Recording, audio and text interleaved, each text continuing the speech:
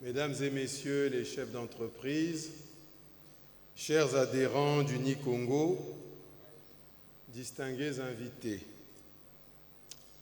nous sommes réunis aujourd'hui pour réfléchir collectivement à l'avenir de nos économies et relever ensemble les défis de notre temps.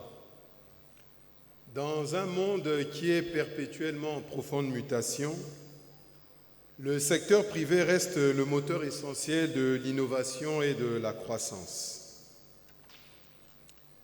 C'est donc avec une grande conviction que je prends la parole maintenant pour évoquer un enjeu fondamental de notre époque, le financement de la croissance par le biais du secteur privé. Car c'est bien là que réside la clé d'un développement durable que nous voulons tous, inclusif, souverain de nos économies africaines. Dans un monde de plus en plus interdépendant où les États font face à des défis globaux tels que la transformation numérique, la transformation énergétique ou les mutations démographiques, le rôle du secteur privé devient plus que jamais essentiel. Il est celui qui permet à coup sûr d'absorber la jeunesse active. Cette même jeunesse qui représente aujourd'hui dans notre pays près de 65% de notre population et dont l'avenir passe inévitablement par le dynamisme de l'initiative privée. Le président de la République, son Excellence M. Denis Sassou Nguesso, ce matin, à l'ouverture du forum,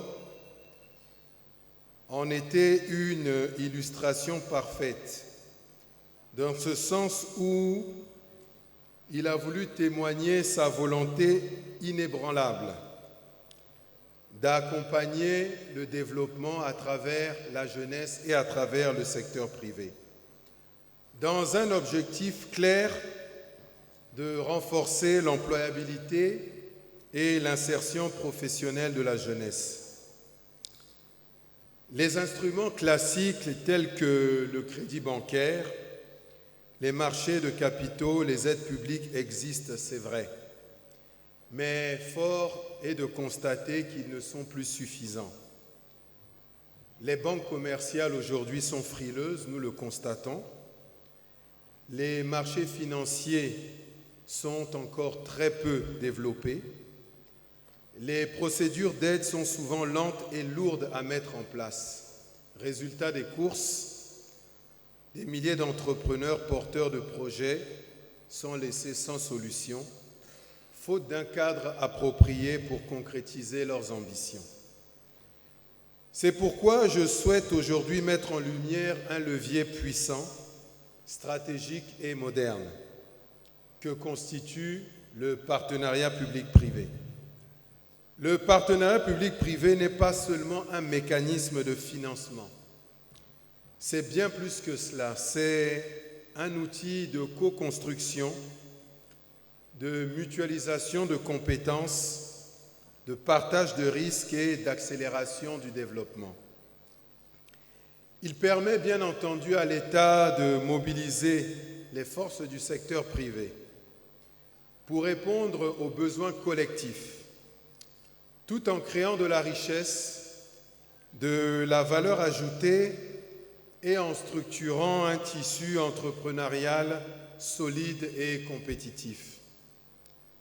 Sur le continent africain, le potentiel du partenariat public-privé est immense. Nos besoins en infrastructures sont colossaux. Les routes, le besoin en énergie, le besoin en hôpitaux, l'assainissement et bien entendu la connectivité numérique. Cependant, il appartient de relever que malheureusement, il faut bien le relever, nos ressources publiques sont désormais limitées. Nos budgets contraints et nos marges de manœuvre fiscales sont restreintes. Face à cette épineuse équation, il nous faut donc innover, Le partenariat public-privé permet d'allier la rigueur de la gestion du secteur privé à la mission de service public de l'État. Il permet bien entendu d'attirer des financements extérieurs, à stimuler la compétitivité locale et à favoriser l'émergence de champions nationaux. Je voudrais ici m'arrêter sur le cas de notre pays, la République du Congo. Nous avons adopté une stratégie de développement ambitieuse incarnée par le Plan national de développement sur l'exercice 2022-2026. Ce plan reconnaît explicitement que le secteur privé est la cheville ouvrière de notre développement, parce que nous avons bien conscience que les financements publics ne suffiront pas à couvrir l'ensemble de nos ambitions. Nous avons donc fait le choix stratégique d'utiliser le partenariat public-privé comme outil de transformation économique. Un pas décisif a été franchi avec l'adoption et la promulgation le 30 décembre 2022 de la loi sur le partenariat public-privé. Cette loi vient renforcer le cadre juridique existant en le modernisant et en le rendant plus attractif pour les investisseurs que vous constituez.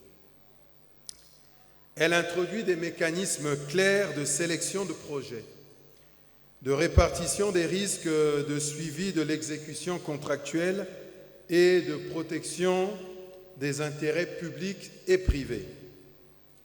Elle marque bien entendu la volonté de notre pays de faire du partenariat public-privé un pilier structurant de notre politique d'investissement.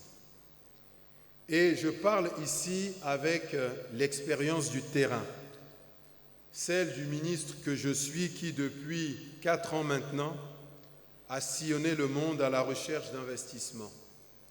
De Dubaï à Pékin, en passant par Paris, Moscou, j'ai rencontré des dizaines d'opérateurs, d'investisseurs, de dirigeants de grandes institutions. Et je peux vous l'assurer, le développement économique des États aujourd'hui repose sur les opérateurs privés. Ce sont eux qui investissent, innovent, prennent des risques, forment les jeunes, modernisent les chaînes de valeur et font rayonner nos territoires, à coup sûr. Notre rôle en tant que décideurs n'est pas de faire à la place du secteur privé, non. Notre rôle est plutôt d'encadrer, de sécuriser, de faciliter. Il faut créer les conditions propices à l'investissement. Mais vous me direz, comment créer aujourd'hui ces fameuses conditions propices à l'investissement? Je vous propose 3 piliers, 3 chemins bien précis. Premièrement, une justice indépendante, prévisible et efficace. L'investisseur a besoin de sécurité juridique, de procédures claires et d'un état de droit fort. La stabilité institutionnelle et la protection des droits contractuels sont la première garantie attendue par tout opérateur économique. Deuxième piste que je mets à votre disposition. Une attractivité fiscale bien pensée. Nous devons proposer des incitations compétitives, transparentes et durables, tout en assurant l'équilibre budgétaire de nos États. L'objectif n'est pas d'exonérer, mais de stimuler, d'encadrer et de fidéliser les investisseurs dans une logique gagnant-gagnant. Troisième piste que je peux mettre aujourd'hui à la disposition de l'ensemble des entrepreneurs ici présents. Une écoute attentive et permanente des acteurs du secteur privé. Cela suppose des cadres de dialogue, des outils de médiation et une volonté politique constante d'amélioration de l'environnement des affaires. Le monde a changé, nous le constatons jour après jour. L'époque où les entreprises venaient simplement dans nos pays conquérir des marchés publics Sans engagement financier est révolu. Désormais, les projets se construisent dans la co-responsabilité. Les risques doivent être partagés entre le secteur public et le secteur privé. Et les bénéfices doivent être équitablement répartis et doivent être vérifiables. Cela implique de nouveaux réflexes, de nouvelles compétences et une culture du résultat au service du développement national. Mesdames et messieurs les chefs d'entreprise, si nous voulons transformer nos économies, développer notre industrie, moderniser nos infrastructures et offrir des perspectives à notre jeunesse, nous devons assumer collectivement une ambition nouvelle, celle d'un État facilitateur, partenaire du secteur privé et garant de l'intérêt général. Le partenariat public-privé bien conçu, bien encadré, bien mis en œuvre, est une opportunité historique pour accélérer cette transformation. C'est un choix de bon sens, voulu et assumé par le gouvernement. Un choix stratégique, un choix de modernité. Et je vous invite à le porter avec le gouvernement, avec détermination, exigence et vision commune. Je vous remercie.